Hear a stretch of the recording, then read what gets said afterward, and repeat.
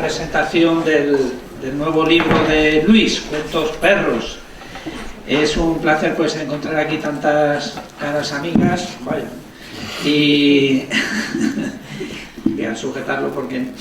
y acompañar a Luis y a Manuel Pedrosa, que ha prologado el libro en este nuevo regalo que nos hace la pluma de Luis. Bueno, el título es Cuentos Perros. Yo voy a hablar 5 minuticos y ya les dejamos las palabras a ellos. Pues fijaos, es un libro, aunque se llame Cuentos Perros, es profundamente humano. Esto es una de las cosas que más llaman la atención de este librito. Los perros casi se convierten en espejos que reflejan lo mejor y también a veces lo peor del género humano, ¿verdad? El perro se convierte pues en una especie de reflejo de nuestras propias grandezas y de nuestras propias miserias. Luis es muy perrero. Yo desde que le conozco le recuerdo siempre con un perro al lado. Casi podríamos citar la lista, el elenco de perros que han ido pasando, no sé, antes de Vilma. Vilma fue uno de los primeros, ¿no? Quizá. Sí, quizá hubo otro antes que el hombre no tuvo mucha suerte, pero bueno, Vilma digamos que era el hombre. Bueno, pues aquí los perros tienen nombre propio. Luis los ha agrupado en varias categorías. Hay una especie de perros célebres, vamos a decir, famosos, perros que aparecen en alguna obra literaria. Luego hay vivencias de Luis. Lo más curioso de esta parte son que los perros van contando sus propias experiencias en cacerías, y van contando cómo lo que sienten y cómo los seres humanos a veces hacen cosas raras, en fin, es muy bonito este juego literario que hace Luis entre los perros y los seres humanos. Los prólogos, decía, ¿cómo se llamaba? El argentino, Cortázar, decía Cortázar que los prólogos son una cosa muy rara. Los prólogos son una cosa muy rara, que se escriben después, se ponen antes y no se leen ni antes ni después. Bueno, pues yo les invito a leer el prólogo de Manuel Pedrosa, porque es pequeñito, es corto, como pide un libro de este tamaño, pero es un prólogo bastante suculento. Yo creo que Manuel ha captado ahí la entraña del libro y con gracejo y con sensibilidad pues la ha reflejado en el prólogo, aunque Cortázar desde el cielo nos perdone, ¿verdad? Bueno, yo, Luis, voy a compartir contigo y con el público de hoy, porque vamos mal de tiempo, solamente una sensación de las muchas que yo he tenido leyendo este libro. Y la sensación... Pásame que está allí el micrófono, sí. La sensación... Igual sin micrófono se nos oye. ¿Se oye bien sin micrófono? Sí. Bueno, pues la sensación es la siguiente. Fijaos, uno de los cuentos perros habla de un perrito que devolvió a alguien el sentido de la vida. Es decir, alguien que había pasado por una mala racha, por un mal momento y demás, y un perro le devolvió la ilusión, Y Luis dice, en algún momento del libro, dice algo así como que aquel perro le guiaba, era el perro el que le llevaba, el que le conducía, ¿no? Pues a mí me trajo dos recuerdos, uno literario y otro cinematográfico, muy bonitos. El primero es el literario. Me recordó, Luis, y tú ese libro lo leíste hace años y te impactó mucho, luego no quisiste leerlo porque lo que trata es muy duro, que es Mortal y Rosa, de Francisco Umbral, ¿verdad? Donde hay Umbral cuenta como su niño que está enfermo y se quedan en Madrid en agosto, cuando en agosto se quedaba Madrid vacío, ¿verdad? En aquellos tiempos solo se oía el ruido de regar las macetas en algunas terrazas, ¿verdad? Ese Madrid vacío de agosto que ya no existe más. Y en un momento dado dice Paco Umbral, llevo al niño de la mano. Dice, no, él es el que me lleva a mí en medio de este sinsentido de la vida, ¿verdad? La manita del niño es la que me va llevando a mí en medio de este caos, a veces sin sentido, que es la vida. Pues ese perro me ha recordado a la manita del hijo de Paco Umbral, que cuando Paco Umbral, bueno, pues le imitamos todos y es un personaje, él se creó su propio personaje, ¿verdad? Pero yo creo que escondía ahí una herida y esto nos lo humaniza mucho, ¿verdad? La pérdida de aquel niño. Y me recordó también a una escena de una película muy conocida de Vittorio De Sica, que es El ladrón de bicicletas, ¿verdad? Del neorrealismo italiano, una película terrible, donde en aquella Roma del desarrollismo de finales de los 50, pues un señor, un hombre, le han robado su bicicleta y entonces no puede ir al trabajo y se va a quedar en el paro, y entonces va al campo de fútbol, allí al Olímpico de la Roma, y tiene la tentación y roba una bicicleta, pero lo hace tan mal que cuando sale con la bicicleta medio se cae, empiezan a correr y entonces le agarran, pero hombre, sinvergüenza, lo vamos a llevar a la comisaría ahora mismo, ¿será posible que te doy así, que no sé qué? Y llega el niño y dice, y viene usted con su hijo y hace esto con su niño, ¿no le da usted vergüenza, no sé qué?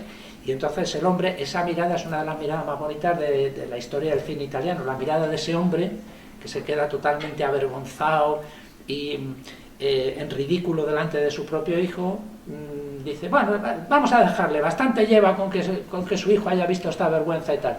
Y entonces se ve cómo se van y en un momento dado el niño le agarra de la mano y es el niño el que le lleva, ¿verdad?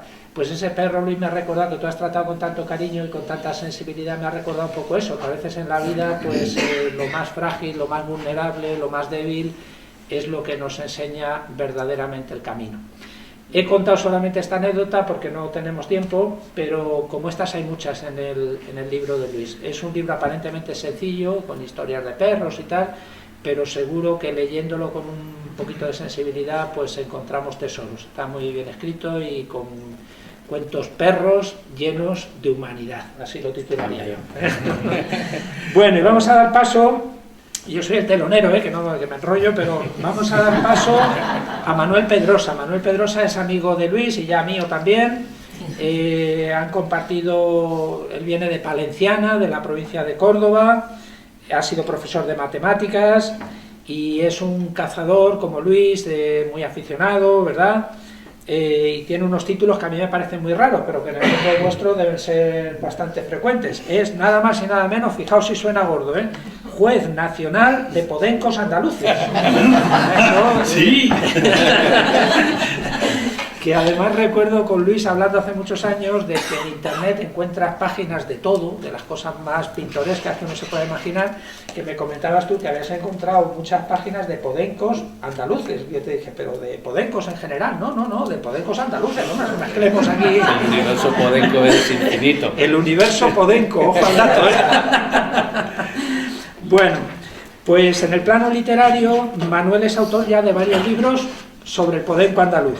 Por ejemplo, tiene El podenco andaluz en la caza menor, de 2010, El podenco andaluz cazador ancestral, un título muy bonito. Tiene un libro de memorias también muy bien titulado Barro en las botas, de 2022, Barro en las botas. Y recientemente pues ha publicado una novela que yo estoy deseando meterle el diente, que se titula Pernales, el último bandolero. La ha sacado en este año, 2024, ¿no? Sobre las andanzas de uno de aquellos bandoleros, probablemente el último. Yo iba a hacer hoy un chiste fácil, pero no sé si hacerlo, porque dice ahí, el último bandolero español. Porque este iba a caballo. El último a caballo, ya. Eso Vale. ya cierto. Y bueno, aunque no está aquí en el programa, pero lo voy a decir, además Manolo fue pregonero de las fiestas de la Virgen del Carmen en su pueblo, en Palenciana, y ha compartido conmigo el pregón y es una maravilla, Manolo. Yo como carmelita pues me ha emocionado el pregón. Y le dejamos la palabra a él, que es el que sabe más de este tema. Bueno, ahora me tendría que guardar los aplausos para el autor del libro. Buenas tardes a todos. Voy a empezar contando una anécdota. En mi pueblo, en Palenciana, como ha dicho Fernando, había un carpintero, al que llamábamos todos Palomo, que cuando... un carpintero de esos de sierra cuadrada, con una sierra con una cuerda detrás que se enrollaba, y cuando le hacía un favor a alguien, una mesita de noche, un arreglo, le decía, él reclamaba el favor, pero lo reclamaba de una manera muy filosófica, por lo menos a mí me lo parece, que decía, la sierra, sacaba la sierra así, para cortar tiene que ir y venir. ¿Entienden? Entonces, como Luis fue prologuista y presentó mi libro Barro en las botas, pues aquí está la sierra viniendo. Como ha dicho Fernando, tanto Luis como este que os habla somos cazadores. pero hay que diferenciar. Nosotros somos cazadores con perros, que no es lo mismo que cazadores a secas. No concebimos la caza sin la compañía de nuestros perros. Yo nací y me crié en zona rural, donde en aquellos tiempos la caza era salir en cuadrilla, compartir el taco y repartir las piezas cazadas, lógicamente para consumirlo. Las circunstancias cambiaron. De 50 años para acá ha habido un cambio social significativo y la gente va abandonando paulatinamente el campo e instalándose en las ciudades, donde hay trabajo y más posibilidades económicas y sociales. Ello ha hecho que poco a poco vaya bajando el número de cazadores. Y me atrevo a pronosticar que en otras 5 décadas nos extinguimos seguramente, los cazadores. Esa deslocalización trae consigo que se pierda en gran manera la caza social, aquello de compartir la comida, contar los lances en el campo. Y entonces, de los cazadores que quedamos, el perro ha pasado a ser el verdadero compañero en el campo. En esas jornadas de caza en solitario, con el perro por delante, los cazadores le hablamos al perro, nos enfadamos con él cuando se nos pierde de vista, le abrazamos, le besamos cuando nos hace una buena faena y hasta le pedimos perdón cuando fallamos la caza que él ha buscado. Es decir, en cierta manera estamos humanizando al perro. Y eso que cuentan de que los cazadores le hacen a los perros, yo os digo que no le hacen nada más que proporcionarle buen cobijo, buena comida y todo lo mejor porque es nuestro compañero.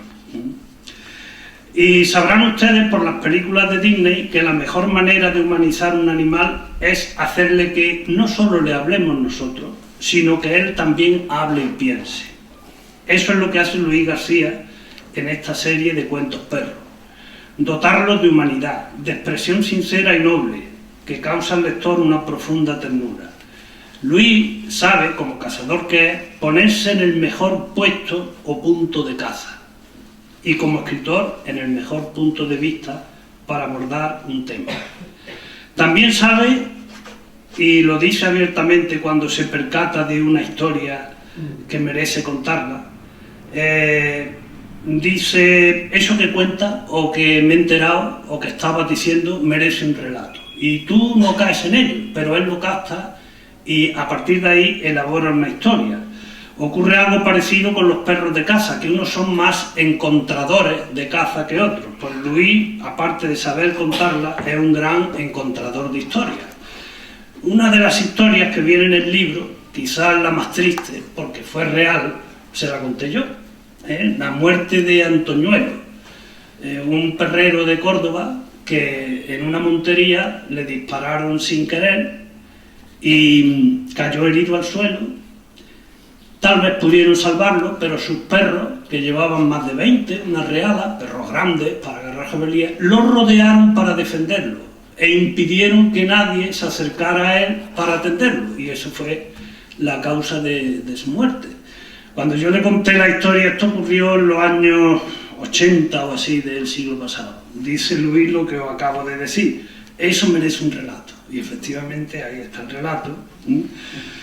Y también Luis es un enamorado de las palabras y frases exquisitas. Tiene una facilidad o perseverancia para encontrar la frase exacta, con las palabras precisas, ni más, ni menos, ni otra, para hacer vivir al lector la situación que se describe, tal como si éste estuviera dentro de la escena. Estoy seguro que al que lea Cuentos Perros le será difícil resistir la tentación de darle una nueva lectura. En cada repaso encontrará un matiz distinto, un camino distinto del papel a la imaginación y al conocimiento, que lo lleve a ver nuevos detalles respecto a lo que leyó primero, a la primera leyenda. En este libro Luis nos habla de perros singulares, algunos de los cuales pertenecieron en la ficción a dueños conocidos, casi todos con el denominador común de la miseria y las penalidades, pero también con sentimientos sencillos y atemporales, como la fidelidad y el amor por su amo, aunque este no sea precisamente un modelo en el trato, me refiero al amo, que no sea un modelo en el trato, que los ha habido, como es lógico. A través de los perros, Luis nos deja también unas pinceladas de algunos de los dueños que fueron famosos por su valentía, su sensibilidad o su brutalidad. Aunque no tengo claro que Miguel Hernández o Pascual Duarte fueran los dueños de Chispa o de Malapata, ni tampoco que Hernán Cortés fuera cazador, pero me da igual. De haberlo sido, las historias hubieran ocurrido tal como las cuenta Luis en este libro. Luis también es abogado y aboga en estas páginas, además de por los buenos perros de caza que cualquier cazador quisiera tener, por los perros desheredados, heridos, maltratados o abandonados a su suerte en alguna tierra hostil. Perros que, según frase suya, traen un cansancio heredado de la intemperie o que tienen su propia contabilidad de hambre. Estas frases, estas palabras son las que me refería antes. Es que Luis es un gourmet para las palabras. Después de este libro de cuentos perros, será difícil que otro contador de historias pueda superar la altura del listón que ha dejado Luis en lo tocante a describir la profunda relación entre el ser humano y los canes, con todos los matices que esta asociación pudiera tener. Los perros que aparecen en estos cuentos son tan humanos que nos dejan moralejas, que nos recuerdan el sentido de la vida y la vida sin sentido que a veces tomamos algunos. Es, por tanto, una clase magistral de vida puesta en boca de algún perro y que martillea la conciencia del lector haciéndole recapacitar en muchos aspectos, como la cotidianeidad de la muerte o lo verdaderamente importante de la vida. Es por ello que aconsejo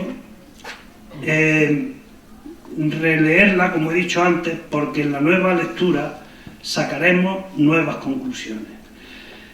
Por último, decir que en alguna de estas páginas tiene Luis el afortunado desahogo de injertar un relato en el libro más universal que se plasmó en papel, Don Quijote de la Mancha. Y bien que no desentona, es decir, cualquiera que lo lea dirá, pues es verdad, esto es una parte del Quijote, que lo que pasa es que yo no me acuerdo, pero que vamos, porque parece escrito, don Miguel lo hubiese dado por bueno, y este implante, y esperado fruto de la rama injertada en su árbol inmortal y eterno. En definitiva, Cuentos Perros es una clase magistral de vivencias, convivencias y supervivencia, para cualquier edad y situación. Léanlo ustedes, entresacando las enseñanzas que propone, aunque como esos anuncios que últimamente nos ofrece la DGT, para que lleguen con fuerza a nuestras conciencias, haya que mostrar la realidad de la manera más cruda. Y poco más les puedo contar. Yo creo que es hora de que Luis, en primera persona, nos hable del libro. Muchas gracias.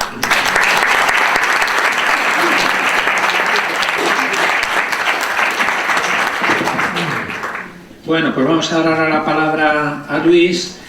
En estas presentaciones se suele hacer una pequeña introducción. Podríamos decir que nació en 1967, que estudió Derecho en el CEU. Podríamos decir que escribió muchas revistas de caza, algunos de lo que se acabarían convirtiendo en estos relatos. Escribía cosas de caza, pero no solamente de caza, también entre lo literario, etcétera, varias revistas.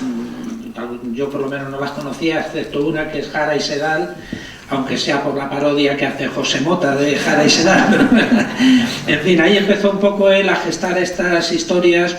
Un amigo común de algunos de los que estáis aquí, que es David Pérez Merinero, hermano de Carlos Pérez Merinero, dice que su hermano, y me lo ha recordado Manuel, estaban hablando de algo así escabroso, era escritor de novela negra y tal, y decía, oye, ahí hay guión. Ahí hay guión. A mí me ha recordado Manuel, pues Luis tiene esa sabiduría, esa intuición, esa sensibilidad para ver que ahí hay un relato, que ahí hay una cosa curiosa.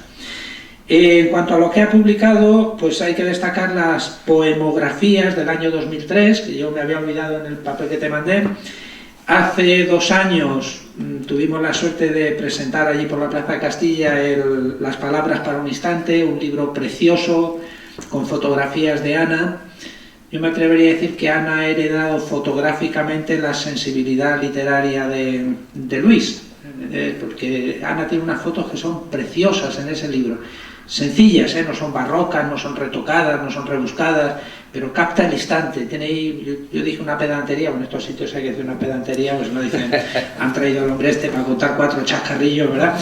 Pero yo creo que ella tiene una mirada contemplativa y entre los dos hicieron un libro precioso. Ahora bien, Luis, y termino, si yo tuviera que hacer tu introducción aquí, pues recordaría una ristra de nombres. Recordaría a Pilar, recordaría, por orden de aparición, recordaría a Ángel, recordaría a otro Ángel, recordaría a Sandra, recordaría a Ana, a Jorge y a un número grande de buenos amigos de Luis, entre los cuales tengo el honor de encontrarme. Y le dejamos ya la palabra al autor. Pues no sé si hace falta. Voy a comenzar esta pequeña intervención, que espero que sea pequeña para no quedarnos sin tiempo, haciéndolo como se hace en cualquier presentación, que es dando las gracias. Lo primero a la Biblioteca Iván de Vargas, que Matilde nos ha cedido este espacio fantástico. Gracias a mi querido amigo Fernando por sus palabras, a Manolo, compañero, amigo y compañero de fatigas cinegéticas. Gracias a todos mis amigos, que no sabéis lo que me emociona veros ahí. Gracias a los que no os conozco, que me emociona casi todavía más que hayáis entrado aquí a ver qué se cuenta esto. Y el objetivo de la pequeña intervención que voy a hacer no es otro que conseguir que alguien al que no le gusten los perros y que no le guste la caza, por lo menos le apetezca leer el libro. Si lo consigo, prueba superada, ¿vale? Pues comienzo, y voy a comenzar extrañamente leyendo un poema de uno de mis escritores favoritos, si no el que más, que es Jorge Luis Borges. Se titula Los justos, y dice así: un hombre que cultiva su jardín, como quería Voltaire, el que agradece que en la tierra haya música, el que descubre con placer una etimología, dos empleados que en un café del sur juegan un silencioso ajedrez, el ceramista que premedita un color y una forma, el tipógrafo que compone bien esta página que tal vez no le agrada, una mujer y un hombre que leen los tercetos finales de cierto canto, el que acaricia a un animal dormido, el que justifica o quiere justificar un mal que le han hecho, el que agradece que en la tierra haya Stevenson, el que prefiere que los otros tengan razón. Esas personas que se ignoran están salvando al mundo. A mí, Borges, que era ciego, como sabéis, yo creo que tiene una clarividencia muy superior a la mayoría de nosotros. Y ya nos anticipó que había detrás del simple gesto de acariciar un perro. Aunque, Fernando, de esto sabes bastante no, muchísimo más que yo creo que el mensaje que late debajo de este poema no se aparta mucho del mensaje del Evangelio. Y esto da, como decimos tú y yo, para un protos y una noche entera de charla. Pues hoy estamos aquí para hablar de perros, esos que nos dejan su cabeza, su lomo para que los acariciemos y de paso, nada menos, salvar el mundo. La mayoría de los cuentos, como ha dicho Fernando, fueron publicados en distintas revistas del sector cinegético cuando el papel todavía tenía un sitio en los kioscos, esa cosa que ahora los chavales no saben ni lo que es. Lamentablemente Internet nos ha comido la tostada y ahora mismo quedan 4 revistillas y poco más. Pero bueno, seguimos peleando. La mayoría están reescritos desde la perspectiva ya de la cincuentena larga que tengo. Obviamente la perspectiva con la vida cambia y uno ha de ajustarse a lo que realmente siente en el momento de reescribirlo. Otros son nuevos y otros pues no los he tocado porque la verdad es que no he sabido cómo mejorarlos. Cuentos Perros es una colección de relatos de caza. Pues no sé qué deciros, la caza es un hilo conductor, es una especie de pespunte que hilvana todos los relatos y les da cierta coherencia. Es una urdimbre, un mallazo que estructura todo el conjunto del libro. Hay una serie de relatos en donde la caza sí tiene una presencia evidente, como puede ser Reflexiones de un sabueso y su dueño. Sin embargo, hay otros donde la caza se toca de manera lateral, como puede ser el de Laika. Laika, que como sabéis se convirtió en 1957 en la perrita que fue el primer ser vivo que viajó al espacio, a bordo del Sputnik. Por cierto, la historia real de Laika se cuenta aquí, que no tiene nada que ver con lo oficial. Entonces, lo que sí tengo claro es que no es Cuentos Perros. Cuentos Perros no es un panegírico de la caza ni un conjunto de relatos al servicio de una visión exclusivamente amable de la caza. Lamentablemente, nuestro colectivo existen elementos indeseables que bien por su conducta en el campo o bien por su trato a los perros, pues manchan el buen nombre de los demás. Pero os puedo asegurar, como ha dicho Manuel, que la mayoría de los cazadores cuidamos y mimamos de nuestros perros. ¿Y por qué lo hacemos? Pues muy sencillo, porque ellos son la compañía imprescindible en el campo. Ellos son el olfato y el oído que no tenemos, que no nos llega. Hay determinadas modalidades de caza que cazadores como Manuel o como yo, o como mi amigo Andrés que está ahí, o mi primo Javier, que son cazadores de primera, directamente ni practicamos si no vamos con el perro de la mano. Ellos son la compañía, como digo, imprescindible. Y aquí voy a tocar un tema espinoso. Yo sé que la mayoría de vosotros venís porque me queréis mucho y en fin, pero decir, bueno, esto de la caza, ¿esto cómo puede ser? ¿Por qué cazamos? Pues la verdad es que la caza no tiene, desde mi punto de vista, una explicación racional, fuera de dos supuestos. Uno, cuando se caza para comer, y otra, cuando se caza para controlar una superpoblación de determinadas especies, como pueden ser conejos o jabalíes, en determinadas localizaciones.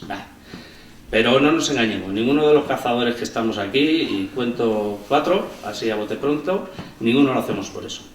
Lo hacemos porque obedecemos a un impulso atávico, a una fuerza irrefrenable que nace de donde se esconden los instintos que tienen difícil domo. Cazar, que nadie lo dude, es una forma de cultivar una ilusión. Y la ilusión es lo que nos queda de nuestra mirada infantil. Y son muy pocas las que aguantan bien el paso de los años. Por eso hay que mimarlas, ¿vale? Y en eso estamos. Parafraseando a Pedro Salinas en su libro La voz a ti de vida, que yo creo que tú has leído, hay un verso que dice: yo te quiero pura, libre, irreductible, tú. Pues un poco así nos sentimos los cazadores en el campo, ¿verdad, Manolo? Sí. Puros, irreductibles y sobre todo nosotros. Ahí estamos en nuestra esencia. Y eso es un regalo. Y si me permitís parafrasear a Lope de Vega, solo quien lo probó lo sabe. Pero bueno, me disperso un poquito del tema. Como diría Francisco Umbral, vamos al tema, a mi libro. Mi libro está estructurado en 6 bloques distintos, ¿vale? El primero se titula Nombres propios. En él hay un conjunto de relatos bien porque los perros son protagonistas, son conocidos, o bien lo son sus dueños. Allí aparece Chispa. Chispa es la perra de Pascual Duarte. Aparece en la novela, pero no tiene un protagonismo. Bueno, pues el protagonismo de Chispa está aquí, escrito un poco dejándome llevar por la mano de Camilo José Cela, en un tono pues muy de Cela. Vamos a ver si ha salido. También aparece Malapata. Malapata es el perro inventado de cuando Miguel Hernández era pastor de cabras allá por tierras oriolanas, y cuenta la historia de Miguel en su calidad de pastor y de este perrito y sus vivencias. Otro perro que a mí fue muy importante en mi adolescencia fue Buck, el perro de La llamada de lo salvaje, de Jack London. Aquí también tiene su propia historia, Argos, el perro de Ulises, que fue el que le reconoció en su vuelta a casa cuando iba disfrazado de mendigo. Está también Laika, como os he hablado, y está también Idefix, el perro de Asterix, que era una máquina cazando legionarios romanos en cuanto se metía 2 lingotazos de la pócima mágica. Pues eso es el primer bloque. El segundo es vivencias. Vivencias son un conjunto de relatos sobre perros de razas determinadas en relación a sus dueños y a situaciones de caza. Ahí está el perro que tú hablabas antes, que el título se llama Merengue y él. Mi primo Javier sabe y mi primo Fernando de quién hablo. Es un perro muy importante. El tercer bloque se titula en La Mancha y nos adentramos en el mundo de la caza mayor. Allí los protagonistas son los perros de las readas, son perros grandes, fuertes, muy sufridos, la propia montería e incluso el monte, la mancha del monte, es la que habla. Hago un inciso, la mancha aquí no es ninguna sociedad, es suciedad, es la zona que se bate en un día de caza, ¿vale? La siguiente bloque se titula Los Olvidados y es uno de mis favoritos. En Los Olvidados ladran una cohorte de perros comunales, de perros mestizos, perros cojitrancos, abandonados, que todos hemos visto por los pueblos de nuestra geografía, cada vez menos, la verdad. Esos perros cuya historia sin historia parte siempre de una derrota. Y es que a mí las derrotas siempre me han generado una atracción. Yo siempre estoy del lado del que pierde, no lo puedo evitar. Y quizás sea porque creo que... del Barcelona. Este tema no lo toquemos. Soy de la Leti, ¿qué vamos a hacer? Pues es que es verdad, yo creo que la derrota, y lo decía Borges, entonces Borges, otra vez Borges, decía, yo sé, todos sabemos, que la derrota tiene una dignidad que la ruidosa victoria no merece, y yo lo creo así. Entonces, pues este es uno de, yo creo que es mi bloque favorito. El siguiente también tengo mucho cariño, se titula Ocaso y son 2 relatos que dedico a los abueletes caninos, a los que ya peinan canas en el morro y en la vida. De mis 3 perras, 2 ya son perras jubiletas y ahí están, bueno, ya ha cumplido con su misión, pues con un poquito el teléfono que está jubilado. Y por último, las últimas ficciones. En ficciones cometo el atrevimiento de difícil justificación de dejarme llevar por Cervantes y por Hernán Cortés para escribir un capítulo del Quijote y para escribir una nueva carta de relación de las que Hernán Cortés escribió a Carlos I, I de España, V de Alemania, donde le narraba las aventuras, los avances y las contingencias de la conquista de México. Pues bien, en ese cuento se narra la primera montería celebrada en tierras de Yucatán en el año de Nuestro Señor de 1530 y tantos, no me acuerdo. ¿Vale? Entonces, ojo, a quien no haya leído a Hernán Cortés era un conquistador formidable, un tipo inteligente, era un poco capullo también, pero era un tipo con una habilidad extraordinaria para escribir y un literato de primera. Si no hubiera sido solo conquistador, hubiera pasado a la historia de la literatura. Bueno, inciso, terminología que empleamos. Me he dado cuenta al final que quizá emplea algunos palabras propios de nuestra jerga. No pasa nada, ya hemos dicho lo de la mancha. Cuando hablamos de un macareno, nos referimos a no al nazareno de la no al nazareno, un macareno es un jabalí. Cuando hablamos de la de los calcetines rojos, pues ya sabéis que es la perdiz roja salvaje.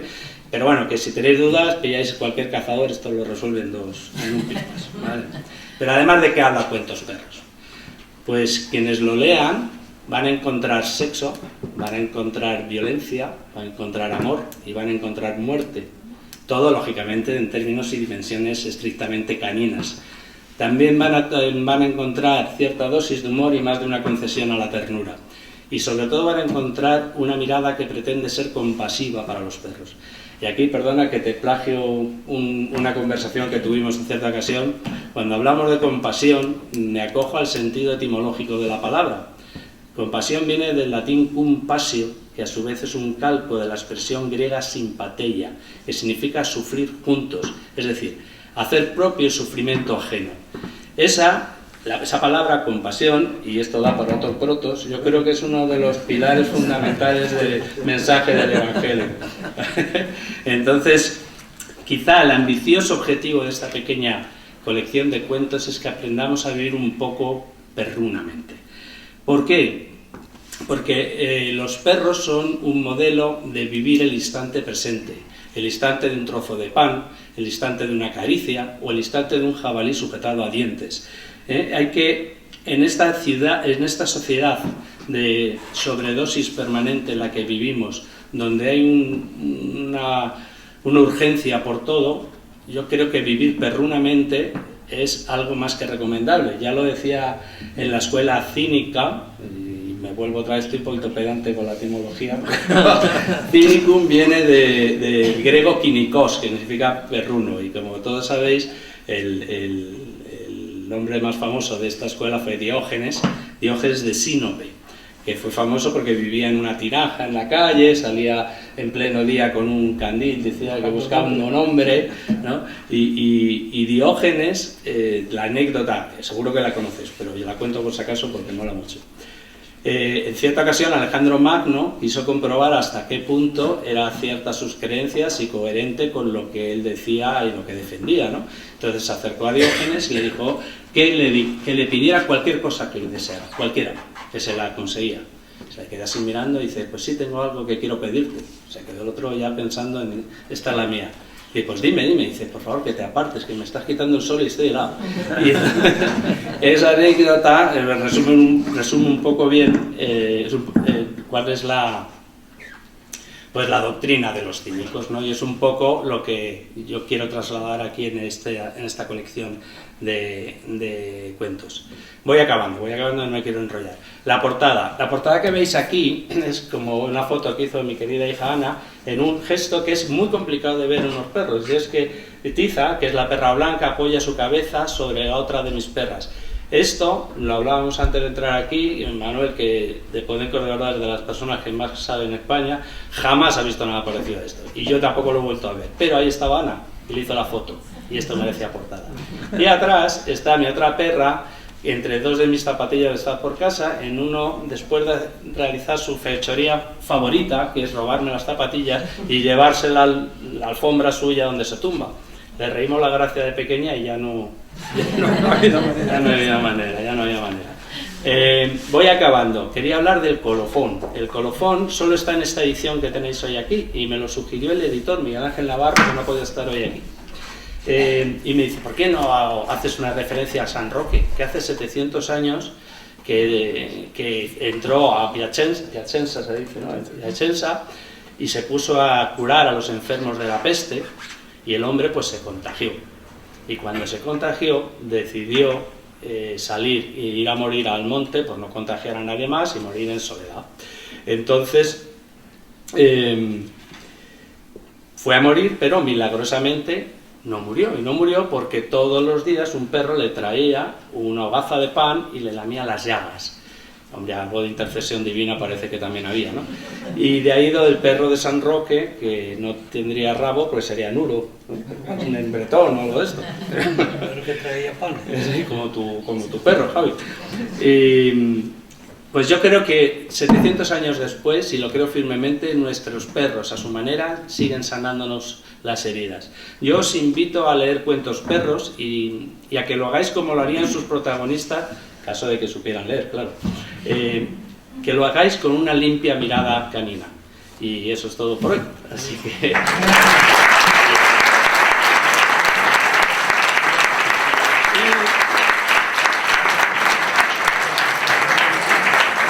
Hoy, a lo mejor otro día no lo hubiéramos hecho, o sí, pero bueno, hoy viene a pelo porque hoy ayer 408 años que murió don Miguel de Cervantes.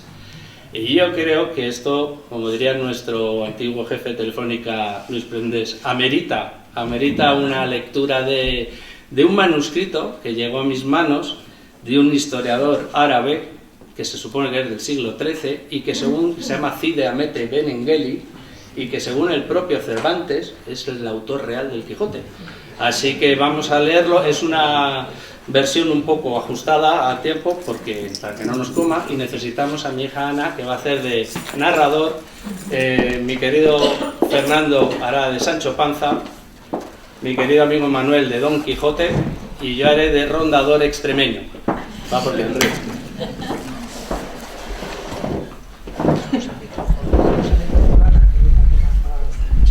Sí, además es la que más... Pero ¿cómo vas a hablar con ese? Ángel, foto aquí con...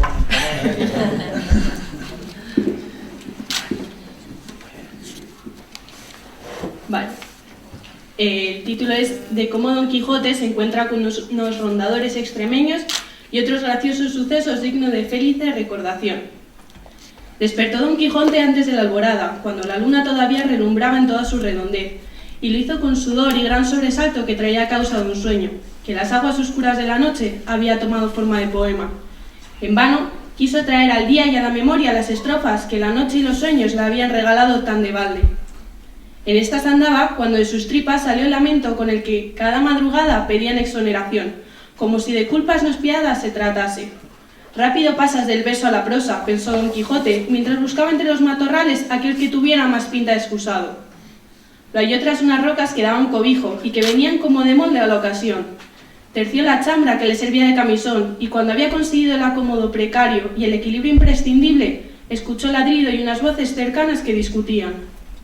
Mala de ser que la aventura de que estas voces son promesa no pueda esperar el alivio que a mis tripas tengo prometido.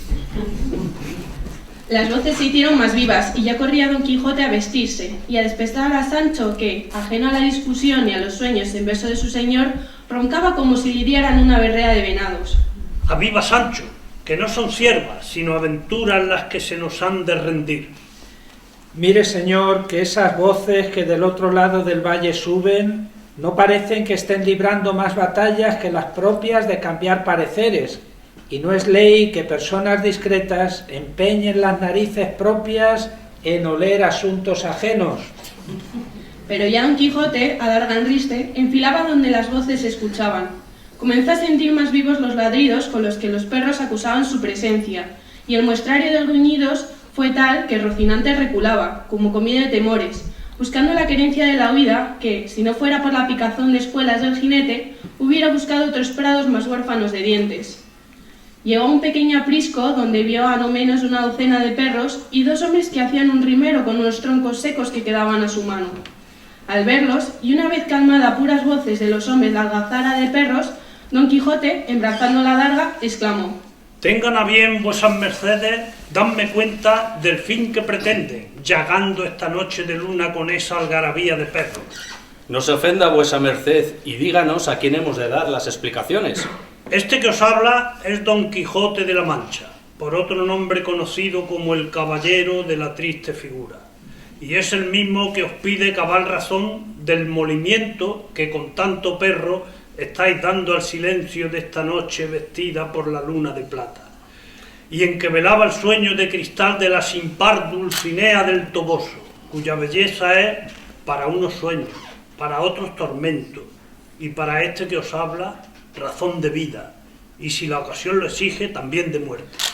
Mire, señor, estos perros que nos rodean y estas monturas que nos aguardan son bestias con mucho seso para la caza y poco para respetar sueños ajenos. Y si con ellos hemos turbado el sueño de su merced, pido disculpas, que la causa de esta turbación no es otra que la pasión de la caza que a este prado y a esta noche nos ha traído. Mal camino llevan si con esos perros buscan liebres en la noche, que aunque las sacaran de sus quehaceres en el monte, mal podrían darles caza, que ni los perros son galgos, ni la vista de dos hombres tal como aceptarle a un garrotazo en plena noche. No yerre el nombre de la presa, que no son liebres, sino jabalíes lo que a esta hora de sueño andamos buscando. Que lo que usted ve no es otra cosa que una ronda extremeña, y es que mi paisano y yo venimos de tierras de Extremadura, donde esta caza tiene brazos viejos de abrazar siglo y vista cansada de ver campos. Nada he oído yo de ronda ni de jabalíes que por las tierras del Toboso poco o nada se caza por la noche, y menos con perros que se dejan el ladrido en las zancadas que no aciertan a dar, que si de galgos se acompañaran, si no de jabalíes, sí de carne sabrosa y negra de las liebres, verían sus estómagos colmados. En estas andaba cuando llegó Sancho espoleando el trote dormido del rucio, a donde tan extraña reunión tenía lugar, y viendo la traza de la conversación, dio por amigar con el otro hombre, que también parecía ajeno a la prédica de caza, y por hacer juntos inventarios de sus alforjas, que de tanto ladrido les estaba apretando la gana de comer. Se sentaron en el suelo, hicieron de unas piedras un improvisado mantel, y del queso, el pan y el vino, monedas de cambio para una amistosa conversación. Cuénteme, ¿qué es esa ronda extremeña y cómo trota por el mundo ese jabalí, que ni de una ni otra tenía noticia, ni del otro más conocimiento que el de algún libro de los de caballería, en los que se figuraban medio cerdo, medio dragón, habitante de la noche de los bosques, con colmillos como alfanjes fruñidos por el gran turco y escupiendo fuego por las fauces como para chamuscar la más noble de las armaduras? Sin ánimo de contrariar lo que tan doctos libros dicen, me acojo a mi experiencia como hombre de campo, que si no de letras, sí de lecciones de mucho aprovechamiento en la vida me ha llenado. Y por más que le buscara el fuego al jabalí, no hallara en él con qué encender esta lumbre que ahora nos calienta. El jabalí es animal hermanado con el cerdo en sus formas, primo hermano del zorro en su astucia y sobrino del podenco en lo que ventean sus narices. El jabalí se enseñorea con la noche como lo hace el jilguero en el día, se alimenta de lo que encuentra, como el cuervo la picaza, y oza la tierra que parece que en su boca se escondieran 100 topos. El jabalí parece parido de loba en su inteligencia, destetado por una raposa en sus carlancas y criados a los pechos de un toro en lo que tiene de valor. Por sabio asemeja al licenciado de Salamanca, por fuerte convicto de galeras y por ágil ladrón de gallinas. Algunos, cuando llegan a viejos de años y a sabios de experiencia, se acompañan en sus andaduras de paje, como vuesa merced lo hace de escudero, y quizás sea por esto que su nombre aparece mal interpretado en los libros de caballerías, de los que tan doctos conocimientos tiene su vuesa merced. Quedóse Don Quijote impresionado por el buen verbo y mejor entendimiento del extremeño, y como picado en la viruela de la curiosidad, continuó preguntándole de esta manera. Y dígame, si no le importa impartir nueva enseñanza, ¿cómo es esa ronda extremeña con la que dan caza a este animal, que según lo pinta, parece que se hubiera desayunado a todos los del arca de Noé para hacer de sus virtudes mezcolanza, y leído de las odas de Horacio a las aventuras de Amadís de Gaula para dar a su seso cabal conocimiento y discreto juicio con el que manejarse en la vida? Al jabalí, en ronda extremeña, se le da caza en noches de luna llena, a caballo, acompañado de perros, de los cuales unos, por su mejor nariz, ventean la presa y la delatan a ladridos, para que los otros, más fuertes, la agarren a mordeduras. Al rondador corresponde dar muerte al animal con el cuchillo acertándole en el corazón, para que el jabalí no sufra, y también para que no se suelte, que si los perros aflojan la mordida y el animal se libera de la zarza de dientes, no habrá ocasión para las disculpas, que si es hembra a bocados y si es macho a navajazos, se cobrará en sangre el malquerer del rondador. Don Quijote, que escuchó de sangres, peligros, cuchillos y mordeduras, dio en avivar su imaginación y dijo: Si la fortuna quisiera, querido amigo, poner en mi brazo la ocasión de dar muerte a tan temible y bravo animal, sería gran aventura que viniera a engordar el fardo de las que ya llevo acometidas, y como flores de sangre ofrendo a mi dueña para de su amor ser digno y de sus ojos espejo. En estas, Sancho y su contertulio ya habían dado cuenta del queso y de la primera bota del de Valdepeñas, y con un paso un tanto incierto caminaban a por otro pellejo de vino por no poner fin a una conversación que había dejado atrás infancias y caminos, y se adentraba ya en terreno de mujeres que, como es sabido, florece siempre entre hombres cuando se le riega con buenos caldos. De repente, de un espesar no muy alejado del lugar donde se encontraban, vino a romper la noche el ladrido de un perro, y fue como si hubieran tocado a rebato, porque todos los demás, como poseídos del mismo demonio, hacia allí partieron a la carrera. Viendo la traza que tenía aquella ladra, el extremeño dijo: Avive vuesa merced, que la diosa Fortuna ha dado en oír sus plegarias, y parece que la aventura que pretende viene a probar la entereza de su brazo. Hacia el enjambre de ladridos partieron todos a la carrera, y cuando llegaron, la espesura parecía un manadero de gruñidos, una confusión de tropeles y un ontanar de agonías, que al mismo Don Quijote pusiera urgencia a las tripas, de no llevarlas ya aliviadas. El extremeño, alargando un cuchillo a Don Quijote, y por probar hasta qué punto era llama sin brasa el valor del que presumía aquel hombre, no sin cierta chufa, dijo: Ahí tiene, señor, ocasión de brindarle a su amada la aventura más grande que los siglos pusieran a su mano. Que el jabalí que espumajea de rabia ahí dentro, nada tiene que envidiar al más fiero de los dragones que llenan de pavura los libros de caballerías.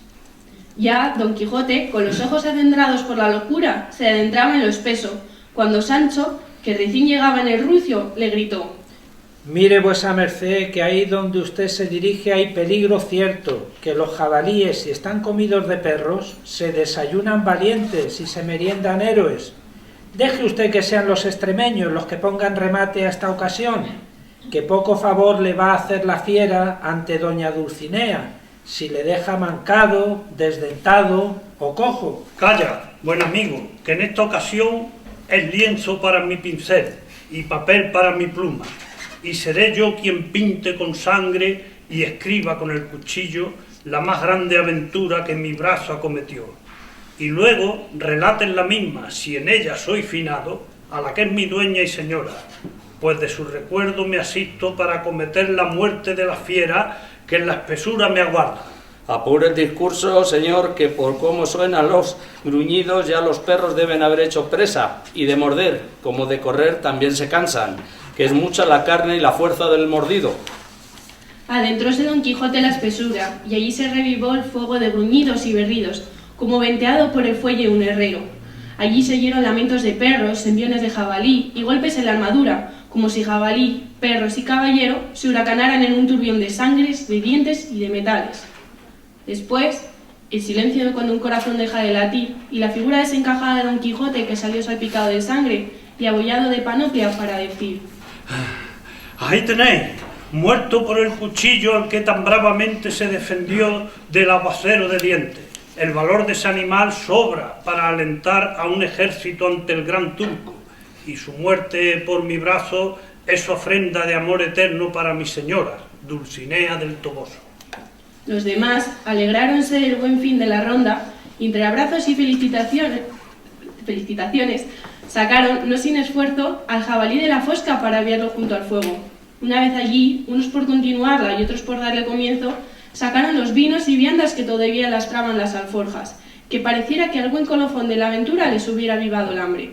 Levantando un cuero de vino, el extremeño dijo: A fe mía, señor Don Quijote, que no pensé yo que el amor a una doncella fuera viento suficiente para llenar la vela mayor del coraje, que mucho es el necesario para dar muerte a un jabalí.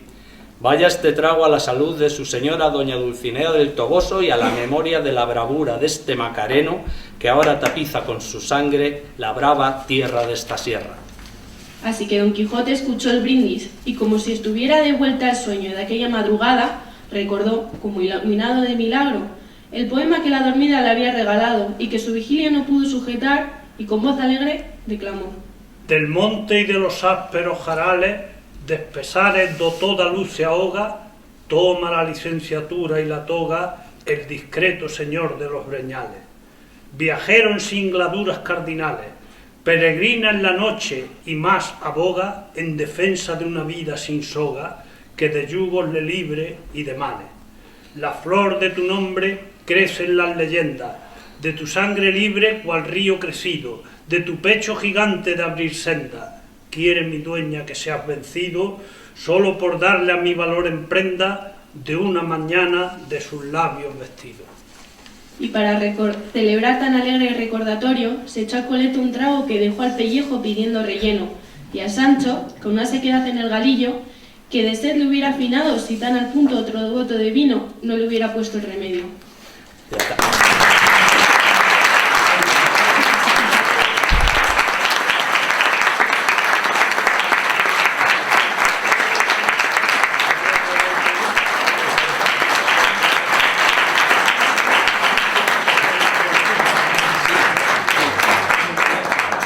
Sí, dale. Bueno, pues nada, después de esta teatralización, la verdad es que el texto está bordado, Luis. Muy bonito. No, a mí no me mires. O así de Exactamente, Benengeli, exactamente. Tanto la ocasión como está descrita, como... En fin, está muy bien escrito, Luis, felicidades. Y gracias a Ana, que ha sido una narradora estupenda, que no era fácil el texto, ¿eh? Me ha leído con mucha... Bueno, pues vamos a dejar ahora unos minutillos, vamos muy bien de tiempo, nos quedan como 10-15 minutos por si alguien quiere hacer alguna pregunta, algún comentario sobre el libro, pues podéis hacerlo ahora. Nadie ha llevado una pregunta preparada. Es la primera, luego no paráis. Eso se avisa, hombre. Yo mientras surge el primer voluntario, esto que dice Luis de los términos de caza es muy curioso, porque cuando yo vi lo de La Mancha, sabéis que cuando Luis y yo nos corregimos mutuamente los libros, y esto es un favor extraordinario que se hace hoy. También Macarena es otra víctima mía corrigiendo libros, y es un placer enorme cuando encuentras una errata. Entonces yo estaba leyendo y dice, aquí lo estaban buscando en La Mancha, digo, aquí está la errata, La Mancha en mayúscula y tal. Y luego ya me di cuenta que lo repetía varias veces, claro, La Mancha es donde se busca... El monte. Exactamente. Bueno, pues os habéis todo, lo hemos explicado muy bien. Sí, Oye, pues de verdad, a riesgo de ser pesado, que muchísimas gracias por venir, no sabéis la ilusión que me hace. Sé que es para muchos un tostón venir aquí, porque esto está en el centro, Madrid es una ciudad complicadita, ¿verdad, Sandra? Y bueno, pues habéis hecho el esfuerzo, me ha hecho muchísima ilusión veros, quedáis emplazados para la próxima, os dejo respirar un poco, pero no mucho, tampoco, y nada, que muchísimas gracias, de verdad.